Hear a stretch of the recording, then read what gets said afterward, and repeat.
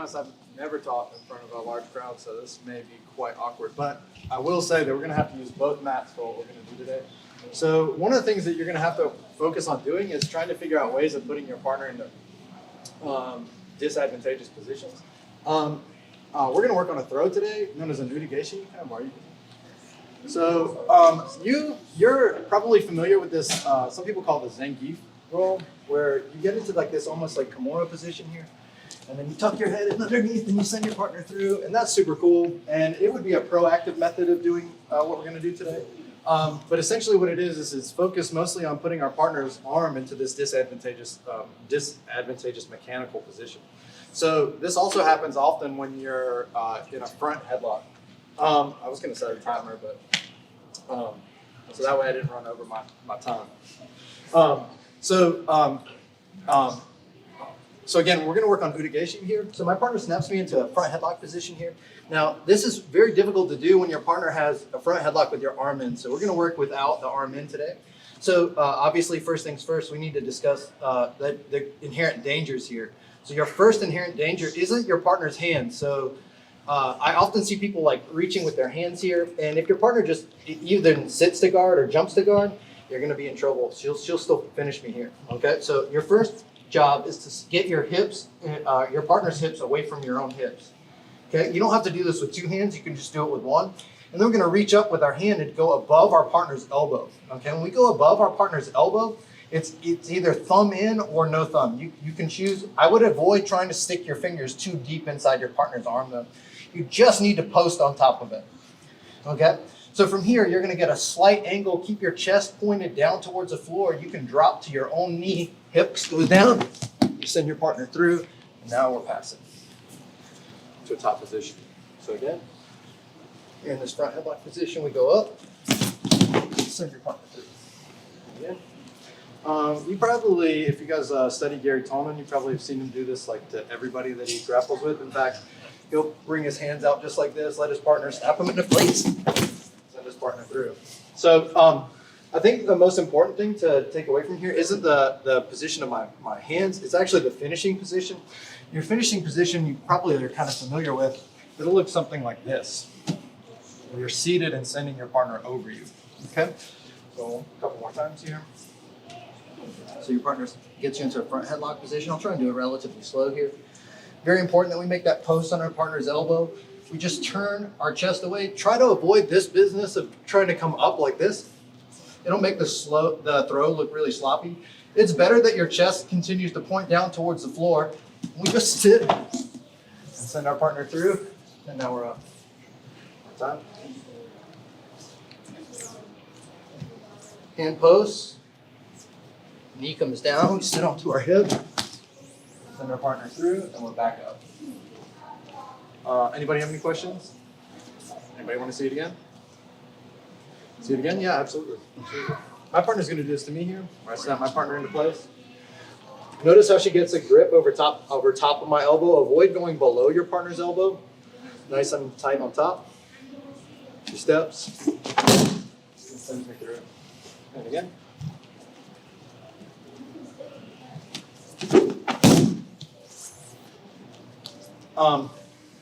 In a live scenario, it'll probably look a little bit different. You're probably going to find yourself in a position that looks something like this.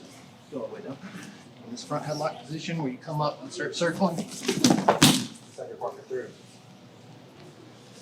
Any questions? Jay, do you remember me doing this a couple months ago? Yeah. So,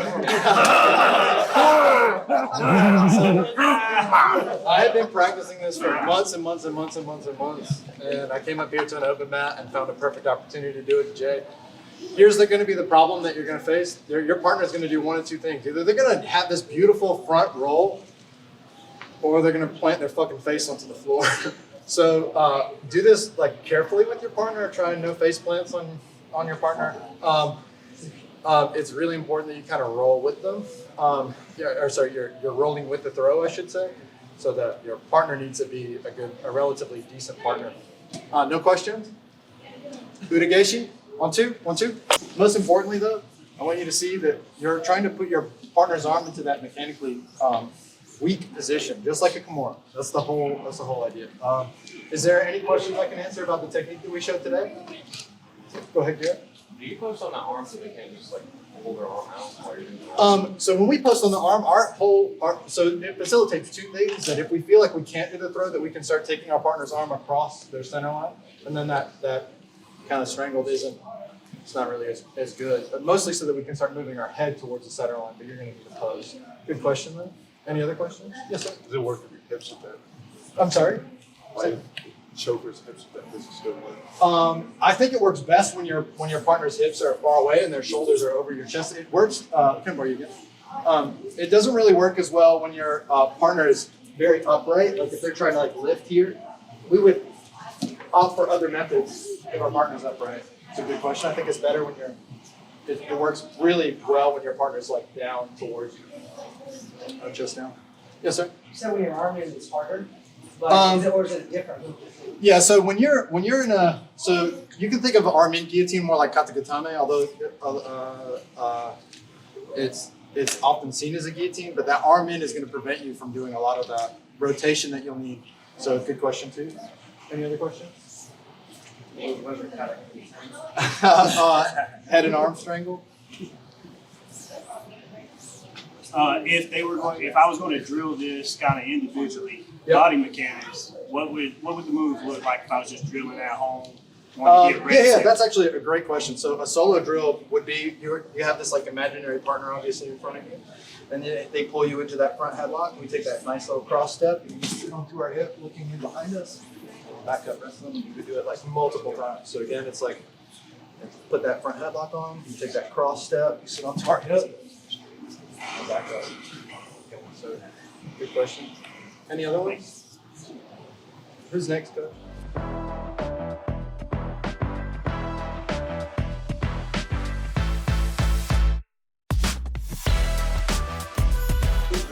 All right, so where's Alex? Give that to him. So, when I opened up, I was trying to figure out kind of how to come up with lesson plans, organization. If any of y'all know me and been around me, I'm not the best at organization, but I tried to figure out how to get all my thoughts organized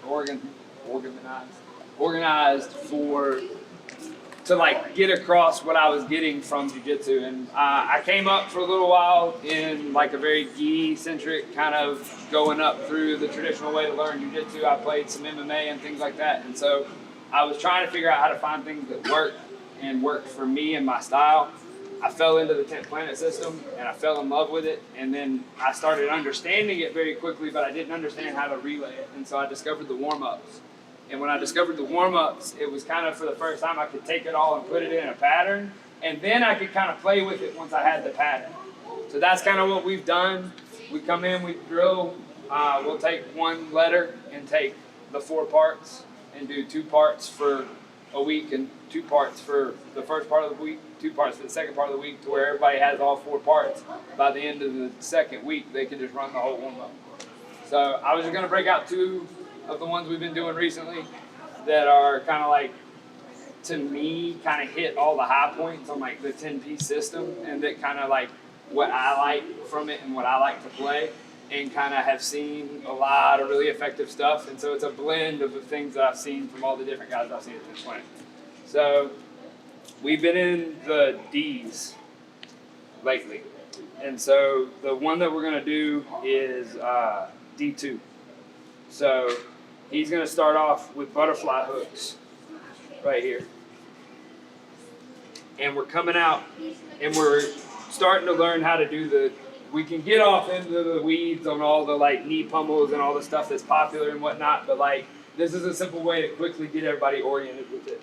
So like going with the knee control and doing a hook kick, stepping, and immediately coming to this hip and going to that knee on belly right here. And then practicing going here and swiveling across, going to a second one, and then if anybody's familiar with the Granbys, he shrimps to get my knee off, and then turns to run and goes for an outside Granby. Knee on belly or something. Knee on belly. So you go to Granby. Turn away. And Granby away. There. Here's my knee cut. I have to throw his leg by. Twister side.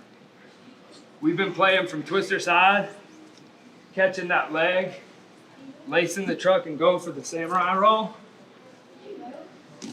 landing in the baseball bat, getting the marsh, this bent hook right here, and then you go shoulder hook, pull him across, and now you have your first RNC. There's an RNC. He rewinds it. I go to straight jacket, pull him into the straight jacket. I push the bottom hand down, trap it, free that hand, second RNC. Now, he goes to escape to his safe haven on this side. And he goes to scrape me off. As he scrapes me off, come back, rewind. This is one of my favorite details here, is as he scrapes me off, he pulls his elbow into this crevice that gets created. So as I come up to try to get on top, he can immediately throw his leg over my shoulder and clear my arm. If you get caught here, you just do the zombie. And now we're here in New Jersey. One of the big details that I've gotten here is I'm not long enough to be able to do, Alex would be able to maybe be able to put his toes on the mat right here in New Jersey, but I can't reach that and get that. So I get the butterfly hook and push their leg that way out to where it breaks me down and he can get up on my hip and stand on my hip to get New York. We also add bonus points for the go-go clinch, but we'll come back and talk about that. So stop.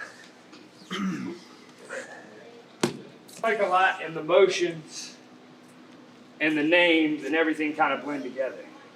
Once you go through it and do it, he has butterfly. Front kick here. Knee skips. Knee skips. Grandies. Bracket knee cut. Twister side. Here. Samurai roll. Here. Baseball bat. Marsh. Shoulder hook. Holds him here. RNC. Then I rewind to here. Or RNC. Here. And then he escapes to this side. Frames on my hip. Goes straight to the jersey. Now kicks it out. Goes to New York. And then he has the go-go that he can fire there. One more time. Just Yeah. I'll just go through it real slow. Come here. Let's do another angle this way. Like I said, the names are not the important part. The important part is just do the movements, and then when you can't figure out why the movements don't work, ask about the position you're in, and then you can get the name because we can find out the position and time you're in. So it goes hook kick here, knee skips, Granby's, that way, here, knee cut, here, there.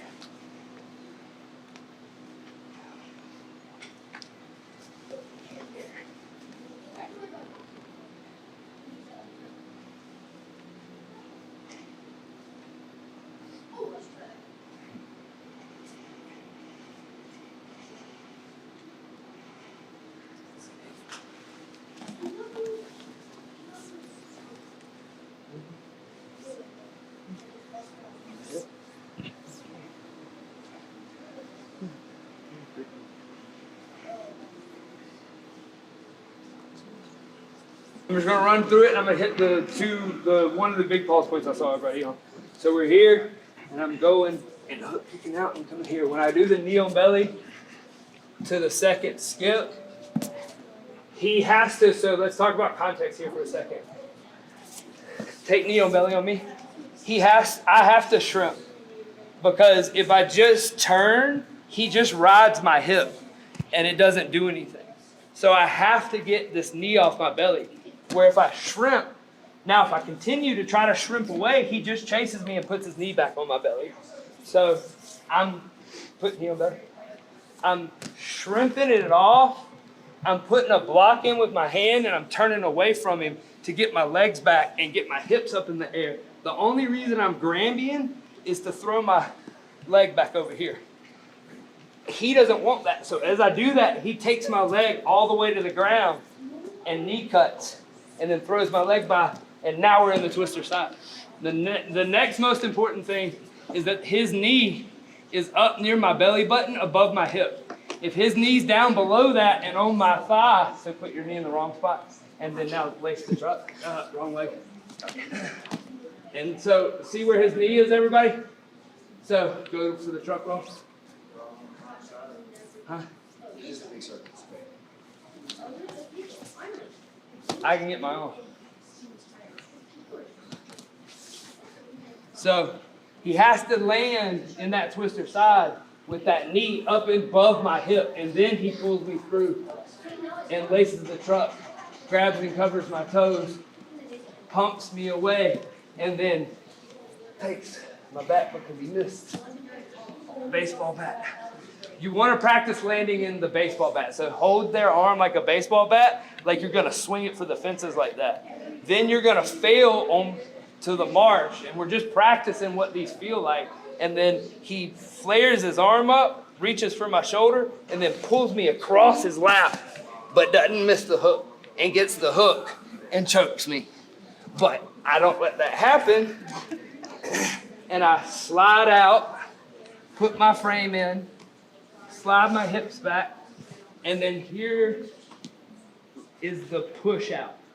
You don't want to leave it back over here, and you don't want to end up square. You want to be pushing their thigh out right here, and then you're locked in to your New Jersey. And then as soon as I have space here, I jump right here because nobody likes New Jersey. We want to go to New York anyways. You're right here, and I'm going all the way from this position to fire and flip to the go-go to the finish. That's what I'm playing. So if y'all have any questions, hit me up during the rolls.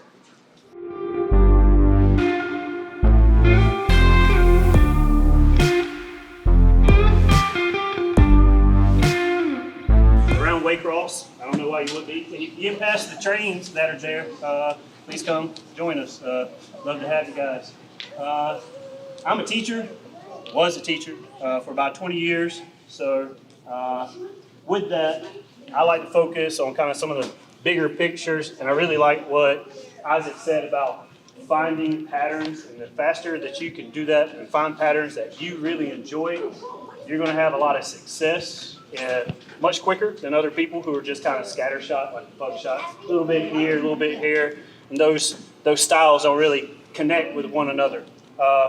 So find techniques that really complement one another, and your game will just kind of grow quickly. But that being said, minus techniques, I feel like they're like concepts, like laws of nature that just transcend all of that. And how many of you like Americanas or Camor? Like it's kind of a go-to. Imagine bigger guys are raising their hands right now. Yeah, all right. Smaller guys like, no. The big guys, yep. Nope. The big guys, Jimmy is a big guy in his heart. Where it counts. But that's one of the things that you often hear. Oh, well, Camors are for big guys. No, Camors are for everybody. If you have a training with Gabe, then he can prove it to you. They are for everybody. And so Richard actually was doing it while he was standing in his first little demo before he did the throw from around the neck. But I'm going to challenge you to change the way you just grip the Camor. That's all it is. The Camor is still the Camor. It's just about you're most likely losing it because of the grip. I have these tiny little princess fingers that aren't really meant for holding on to things. And we spent most of our lives, that's how we move things, like this. This is how we control things. I'm going to ask you to not use your fingers for this. It's also applicable to Americanas. So with your partner, get to any position that you like to do a Camor from. We're going to practice this drill. Don't have your fingers out. Pretend like you're holding something in your hand like a small coin. Make a fist. Do the Camoras or Americanas just using this. Because what we're looking at doing is actually removing space from the technique. If I grab with my fingers, there's more area here that gives them access to escape. But the more I take that space away, the area that their arm is trapped in stays tighter. I have found that all of this is really great to stop hitchhiking and everything, but you'll get a guy that's just strong. And they will do exactly what he's about to do, which is he's going to tighten up. I just kind of have the philosophy that if it's bent, I'm going to bend it more, as much as possible. So I'm going to get a Kimura grip on this near side arm, but I'm not going to use my hands, or excuse me, I am going to use my hands, I'm going to use my fingers though, and grab like this. This is very weak. So if he wants to extend this arm or not get it back, or not allow me to get it back, he can rip this away at any point. But the further I move this hand through, and then I just take this fist and overlock it and make basically like a little gooseneck. And the same thing here. You can tell you there's a lot more pressure on his arm and radial right now. It does not feel good to him. And if he were to try to just extend it straight, go ahead. Not as easy as if I have this with weak wrists, wrists that are bent back or straight. Strong wrists are curled. So if I straighten my wrists or my fingers and then ask him to do it, it's effortless. But now if I actually put a little bit of strength to it, it's much harder for him to do that. Guys, when you're doing it, if you're higher up here by the forearm, he's going to straighten it anyway. I want this part of my wrist to be touching that part of his wrist. So now, if he wants to try to straighten the arm, go ahead. Okay, much different. And if he straightens it on purpose, we're here. So, from guard, a lot of you will probably get to guard and you'll have the big guy like this and you're like, okay, I got his ass. And you fall back and this is what you see. This is not a Kimura grip. His arm is not bent for a Kimura. His arm is actually straight. This is to be arm barred. How many of you have lost an arm like this? Because the big guy just kind of pulls it away. And you're like, shit, I lost it. And you fight for the Kimura. You're making the wrong timing, the wrong move. You should be transferring off to an arm bar, which is what we're doing here. But if I use that same principle here, straighten it again, Jim, much more difficult for him to do. I'm not worried about like the finishing aspect of it. If you can't control the arm, then you're not going to get the Kimura anyway. So by bending it, keeping it locked, not only are you securing the arm so that it doesn't, pop loose, but you're also tightening the shoulder here. If you're tightening the shoulder, that's what we want from any Kimura Americana. The tighter the shoulder, the less you're going to have to actually put torque on it to get the submission. Baby, you have good shoulders, right? So I said it's applicable for Americanas too. Is that the good shoulder? Yep. I'm going to apply the same grip as well. Many times you'll see people do Americanas like this. Look how far his hand is away from his head. That is not a tight, condensed shoulder. But as soon as I implement that same kind of philosophy here, which is hands over and hands over, you'll see his hand got drastically closer to his head. And Bam does have good shoulders. I can already tell because it's not as tight as like somebody that I can feel is old, like me, with a lot of arthritis there. This would be painful right away. But if I just pull that tight shoulder down towards his hip, now try to extend it. See how easy it is to extend once my fingers start getting involved? I've lost this. This is no longer a move. So what I want you to do with your partner is any place that you know how to do an Americana or your favorite place to do a Kimura, just get to that with your partner. Don't use your fingers at all. Pretend like you have something in your hands and make this grip happen, all right? If you can get there, start trying to hit the submission, see how much tighter it feels. Now, you're not actually going to do this long term. There's going to be a point where your fingers actually open up and catch. But it should look like this in the end. This is an exaggeration to get you to stop using your fingers. All right, let's go. 1, 2. I did see a couple of things. Laying down where I don't do jiu-jitsu. I don't do jiu-jitsu on this side. The hand configuration, if you're using this for an arm bar. So if you're used to spider webbing, right, you'll see that your lead hand is kind of coming under the arm here. Go ahead and connect. You're grabbing the hamstring, this ham hock here. But I'm not going for this Kimura grip just based off of this. There's nothing on the backside really here for me to stop this. So if he were to try to hitchhike now and pull this way, I don't really have anything to control that arm. There's nothing behind the wrist. So if you're used to doing spider web, I'm switching the arm and then clubbing over here. My goal is to get this so tight that he taps before I do anything. Like I want a bicep cutter here. Now, you'll get this on bigger guys. Bigger guys, we were talking about this over here. Big guys have these nice arms and they look great. They don't bend really well all the way in. And so if you can get these little blades of death deep underneath and create some pressure downward, they'll tap. The skinny arms, they can take the pressure a little more. Let me use you. Thank you. Yeah, the government name. That man crazy with the visual. Why everybody saying got a target why on is here everybody today. calling me out Y'all gotta today? get off Jay. I'm the only one that can go Jay. But while this pressure I can tell is tight, he's probably going to take this longer than Sonny will. So when is the time to throw the leg over to complete kind of the bicep cutter move? When I have to. Right? That's the only time I'm throwing this over. I want this bicep with the arms all day. But if I just can't finish him, then this top leg, or the leg closest to the hip line, it's going to be the one that I lace over to add more downward pressure to get this break. A lot of the times it adds so much that they pop the arm out very quickly. And that's where you'll get the arm bar. So as we're here, and I'm just really struggling, I will throw up, and usually, I don't know, kind of depends on how I feel. Sometimes I'll keep the arm there, and then sometimes I'll grab my own shin, and then I'm looking to add that downward pressure to pop, to get the arm. So one more time. From spider web, let's start this for a couple of reps. We got about a minute and a half. Change, grip. Let's give it a shot. 1, 2.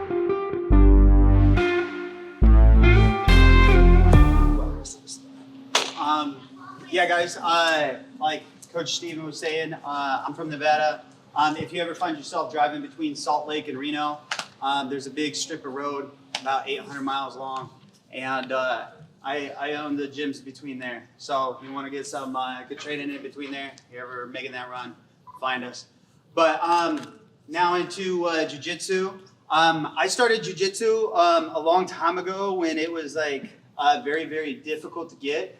And so when we would go and travel for jiu-jitsu, just like getting a technique, I mean, you could find techniques, but we like learning concepts, kind of like Wesley was just talking about, making sure that, like concepts, like get across to students, I think was the biggest thing that I had to start learning early on, because you could be shown a technique, but it's like learning how to do a kickflip on a skateboard. But, like somebody asks you to, pedal yourself 2 feet forward or push yourself 2 feet forward and you can't. You gotta be able to know how to get to the tricks in a sense. And one of the things that I started off like as a white belt noticing was half my life was getting past people's guard. Just getting past people's guard. And I mean, I really hated that the fact that the only chances I got to work against upper belts was like 10 seconds, 30 seconds at a time at the most, if they were letting me work. And so I just dedicated my life to getting past guard. And I really wanted to simplify things as little and as small as I could. And the passing pressures was a concept I learned a long time ago. And then I recently just spent a week with Chris Howder in Costa Rica. And he literally just went over some of the same concepts. And I was really happy to find that, like I'm teaching pretty much the, like same thing. So I'm going to go over some of those concepts with you guys really fast. Jack, let me go ahead and borrow you. Just go ahead, lay down.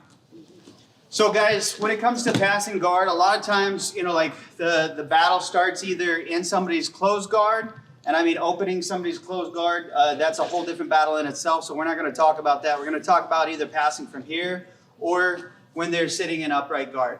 One of the two. This is the biggest dilemma that people find themselves in. And I want to just start off with saying, I think we often get too caught playing other people's games in here. Like if somebody's got a really crafty guard from here, they're looking to make you play it.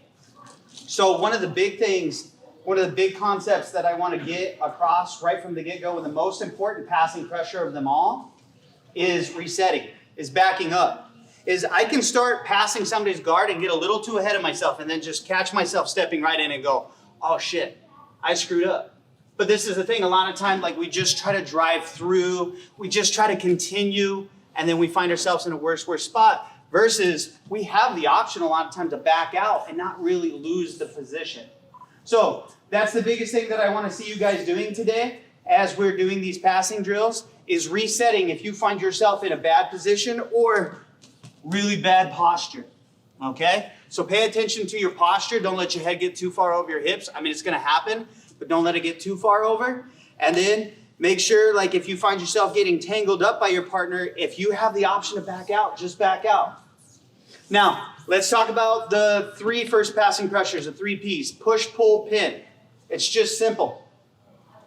We can often get a technique for passing, and when it comes to that technique, we're going to have step 1, step 2, step 3, step 4, step 5. And if step 3 gets messed up, then all of a sudden we're goofed up.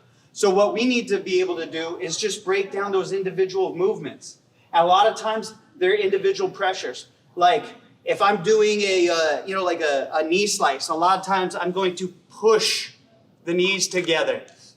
I'm going to create some type of pin before I actually pass. So just like that, I use 2 pressures.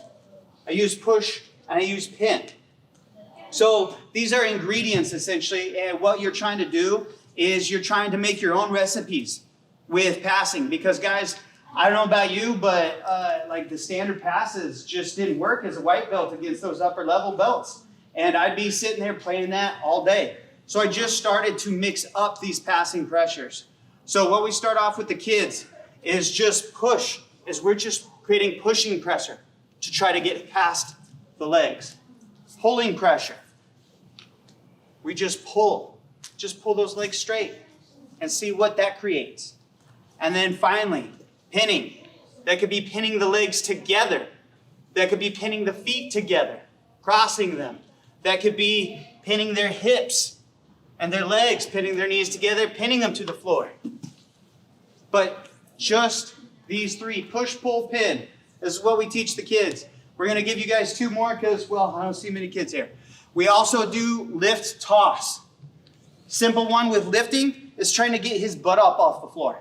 Now, the big thing is this guy is bigger than me, so how am I going to get his butt off the floor? I'm just going to, right here at the Achilles, I'm just going to push his leg, and that's going to cause his butt to lift. Once his hips are off the floor, his ability to do things has greatly changed. So I'm just learning to play off of that pressure. My lift. And then finally, my toss. The simplest one. It's just throwing shit out of the way. So with this, guys, what we're going to do is we're just going to run through this really fast because I also want to leave you guys with something fun. So we're going to do an arm bar at the end. But we're going to run through these 5 passing pressures. First, we're just going to go through them. Push. Every time I want you to pass, either knee on belly or side control. Pull. Pin. Lift. Toss. Just as simple as that. We're going to run through it. I'm going to call it. You guys are going to do it. We're going to do 1 rotation, switch sides. Then your partner's going to do it. The second drill, I'm going to start calling them out at random. And you just do whatever I've called out. Jack, get back over here. So you're just going to do whatever I call out. So if, let's say, I say push, but this time the partner is resisting at 25% most. They're creating just a little bit of movement, just a little bit of resistance. And I'm doing push for everything, but I'm against a really large partner, so this just doesn't seem like it's working. Don't sit there. I've called out pull, but you're just still going to go. No, guys, the point is to switch, because with that, you might find what you're looking for. So we're learning to rapidly switch between these basic pressures. You're going to find your own passes you like, your own combinations you like, And this is a great solo drill with an inexperienced partner, experienced partner to build your passing. I love it when people say they have unpassable guards. First time I ever went to Higgins Academy in Beverly Hills, they said they had a dude who hadn't had a guard passed in 10 years. And I did it in 15 seconds, guys. I'm not an extraordinary athlete. One thing we do good, though, is pass guard, because I don't look at it like a set step process. And if that set process gets goofed up, it's the end. No, create your own. As soon as your process stops, create a new one. That's what I want us to create. So let's get with our partners and let's work that first rotation. Let's do it on 3. I had a lot of success in the land of jiu-jitsu as a white belt because I quit fucking around with the things that everybody wants to mess around with. Everybody wants to do the tricks. Everybody wants to do the fancy things, guys. We'll do that in a second.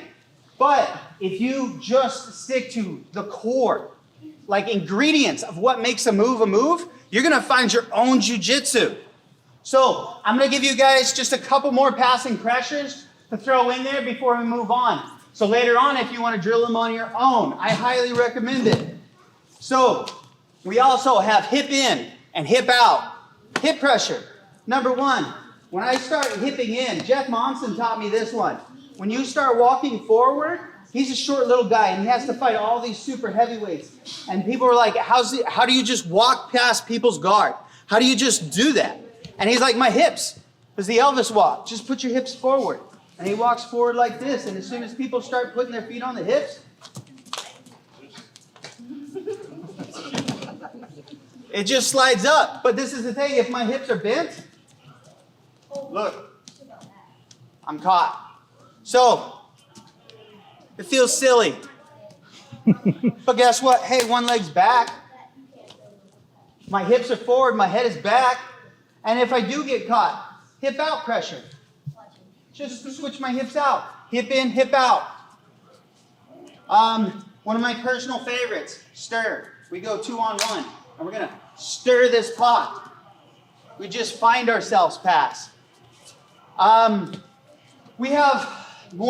have more pressures like on my list, guys. What I suggest, if as a coach, as an athlete, build yourself 10 basic pressures. 10 basic pressures and drill those pressures. Because I'm here to tell you, like my push-pull pin, like the Houders, they do push-pull toss. They do PPT. I do PPP. Everybody's going to have their own variations.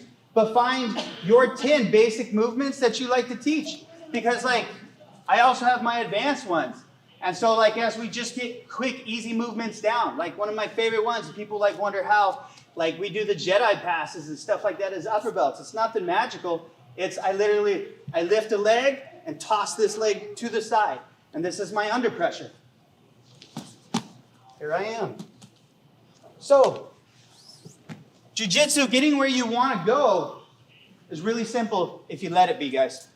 So, what we're going to get into next is we're going to play with an arm bar. When I teach my classes, I found throughout the years, I like to finish on a submission because like you have people of all different levels come in and sometimes basic concepts are really mind-blowing and sometimes it's like, man, I just got done drilling this all month at my academy. Like give me something. So I'm going to try to give you guys something to go off with. With arm bars, I like to attack arm bars from the shoulder. The reason why I like to approach from the shoulder is I had some life-threatening illnesses and like I lost a lot of weight. I was 225, 235 my regular weight, and then I shrunk all the way down to 150 pounds, and I was getting outstrengthed by like my 12-year-old girl students in class, and I was like, man, I have to alter my jiu-jitsu if I'm going to make this effective. Well, I sucked at arm bars beforehand, and for some strange reason, getting little made me good at arm bars, guys. So when I go for arm bars, kind of like, I like the same thing that, like Wesley was talking about earlier with getting Kimura grips. The reason why I like to go for a Kimura grip over an arm is it secures it in place. It secures it in place. It's easy for me to hug, things like that. I don't need a large amount of strength. I don't need a large amount of like size advantage, all those things. You know, opponent way bigger than me, stronger than me, I can latch over this. So when I latch over this, what I'm going to do is I'm going to change this grip right over here to right up here. If I had a gi, sacrilegious, I just grab right here, but I'm just going to grab the back of my neck right here. I'm just going to change this, but when they have this grip, he has his grip together and he's not letting this go. What I'm going to try to do is I'm going to try to pull the shoulder up between my thighs. And when I have my back arched like this, what this allows me to do is, it doesn't matter how strong he is over me, my back is probably going to beat like a simple rotation. So with this, I extend myself. And when I extend myself, I get that shoulder up between my thighs. When I get that shoulder between my thighs, I'm going to squeeze my legs. And then from here, the pressure that's created, I'm just going to peel back. A lot of times they're going to tap out before the arm bar is even fully extended. I started to figure this concept from when I did do some Aikido. They kind of like have a lot of the arm figured out, and then past that, they just, I don't know, kind of created a religion. But they do have some concepts of the arm figured out, and that is if you can't get a part of the arm, trace it further up, trace it further down. And if I wasn't able to attack this, I still wasn't having luck with dudes like with these big meaty wrists and being able to wrist lock them. So what I would do instead is attack the shoulder. So once again, guys, look, I'm crunched up. My body's like a C. I'm going to extend myself. When that shoulder's up between my legs, look, I pinch it again. And then I'm just going to keep this grip, this handle like siphon right to where it needs to be. Thumbs up and everything. And be careful, guys, because, yeah, this is like you'll tap before your arm's fully extended every time on this arm bar. This is something that, you know, like really changed my arm bar game is I quit attacking the rest of the arm. I go for the shoulder when I go for an arm bar, and it works out really well. So let's go play with this. I want you guys just jump right in position and play crunching up like a C, pulling the shoulder up between your legs, pinching it tight. Don't cross your ankles because that takes away from the pinch. For this specific technique, I'm not calling crossing your ankles wrong, just for this technique. Pinch your thighs, don't pinch your knees. Pinch your thighs, don't cross your knees. And then finish your arm bar. But let's do it on three, guys. 1, 2.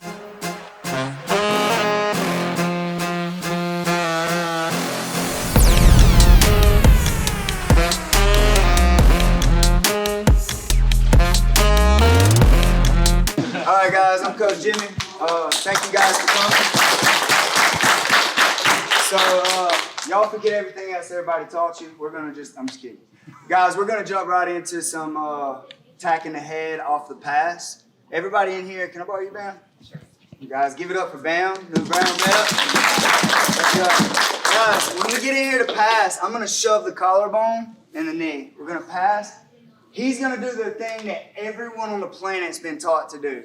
Dig for an underhook. Everybody's like, get that underhook, get the dog fight, get that underhook, pull him across, this and that. You need the underhook, you need the underhook. We're gonna use that to kill him today. So I'm gonna step to the side, I'm gonna step to the middle. As I step to the middle, I'm gonna give him a nice little shove on his collarbone and the inside of his knee. We're doing that to offset his posture. There's a good posture for every position, top and bottom. There's a good posture for every position. Where the head goes, the body follows. You guys will hear me say that so much, you'll get sick of it. And you control the hips, you control the body. All of these are general rules that we live by at my academy. I say it so much that my guys are like, I know. So here it is, guys. We step in the fire. I call it stepping in the fire because you can get burned if you do this wrong. So when I step, collarbone, not shoulder, trap, is that trap? Yeah, not trap. Collarbone, guys. I'm gonna push hard. Just come into this place here. I don't want to fight with a knee shield today. I don't want to deal with it. So I'm going to keep my posture. I'm going to keep my body down in here to stop this knee shield. Guys, if you get tall and get this wide, you're going to have to deal with a knee. We got answers for that, but we don't want to deal with it today, so we're going to stay nice and tight. Now, Bam's going to do the same thing that everybody does. He's going to start digging for this underhook here. Now, if he gets this deep, we got other stuff. I don't want to allow him to get that deep because I know where he's going. I'm going to take my toes to my butt as he sits up, and I'm just getting a big head right here, big chest. I'm going to whizzer hard, grabbing the inside of my thigh. I'm going to grab heavy. I'm going to drape over the head. Guys, I'm not grabbing his head. I'm going to say that one more time. I'm not grabbing his head. If I grab his head from here, I'm going to get a completely different response, and it's not going to be a good one. He's going to have all these little triggers going off. Warning, warning, I'm in danger. My neck's in danger. I don't want him to feel that instant like panic, oh, he's got my head. So as I pop up, my chest is big and I'm hanging.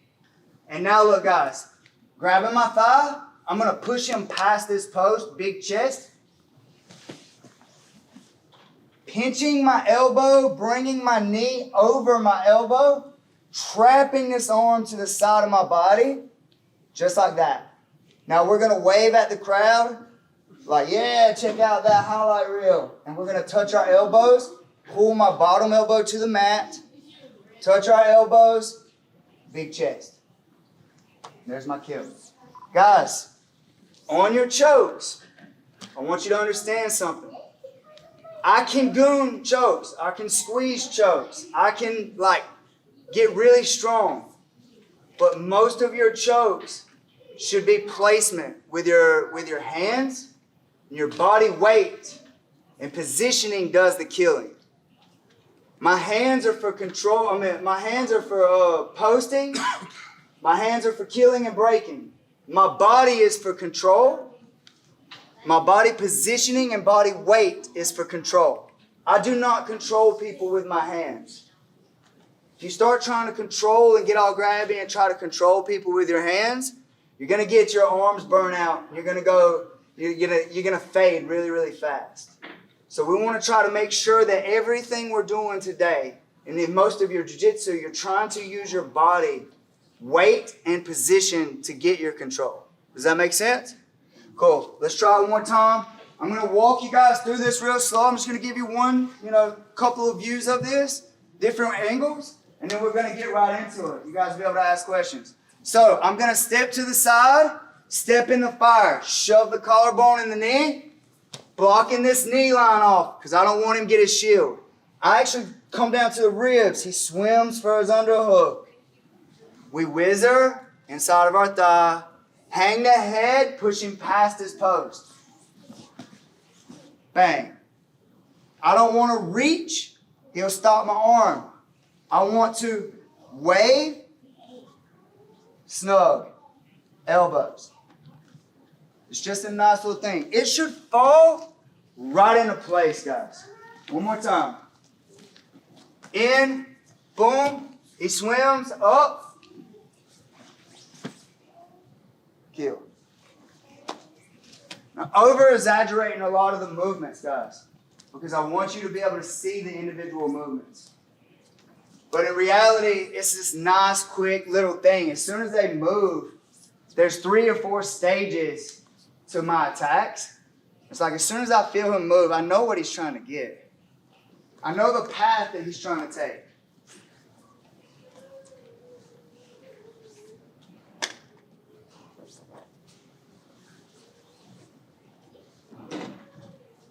There's the kill. Does anybody need to see it again? My man. Good. I knew we had a star student in here. Right here. Step. Step. Shove. Down. Whizzer. Big chest. Heads up. I'm not looking down at him. He disgusts me. I don't want him looking at me. Right? Big chest. I'm over. I'm on the side of his head, guys. My hands come through. My knee keeps this elbow. And there's my nice, clean choke. One more time.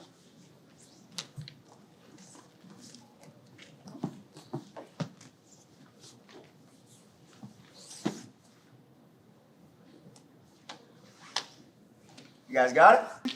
So I want you guys to see this thing that I'm doing here. When I'm coming through and I'm shoving, I'm keeping my toes.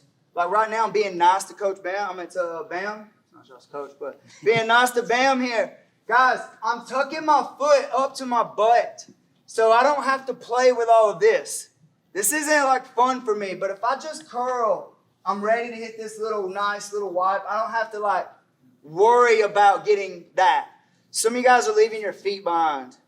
Next, a lot of you guys, as they're swimming for this here, you guys are like curling down to them and you're trying to roll this way. Like you're trying to like fall off the head over here. Guys, that's just going to pull them on top of me or like make me have to switch off to some other stuff that I have because while I was learning how to do this, it happened a ton. I got choked a bunch because of it. So as I'm here, I just want you to build up to your hands so everybody can see. This is the most dramatic like example you guys can see. Guys, if I fall now, I'm just pulling him on top. I have to push him past his post with my weight. Did everybody see how I like pushed him past that post? His post is what's keeping him up. Whether it's his elbow or his hand, it's his post. So I'm pushing a completely different way. If he's down and posted and I drive him to his post, he's strong. If I fall off that way, I'm going to pull him on top of me because his shoulders are squaring up to me. I want to get this big chest and push him past this post this way. So as I'm falling, look at all that weight.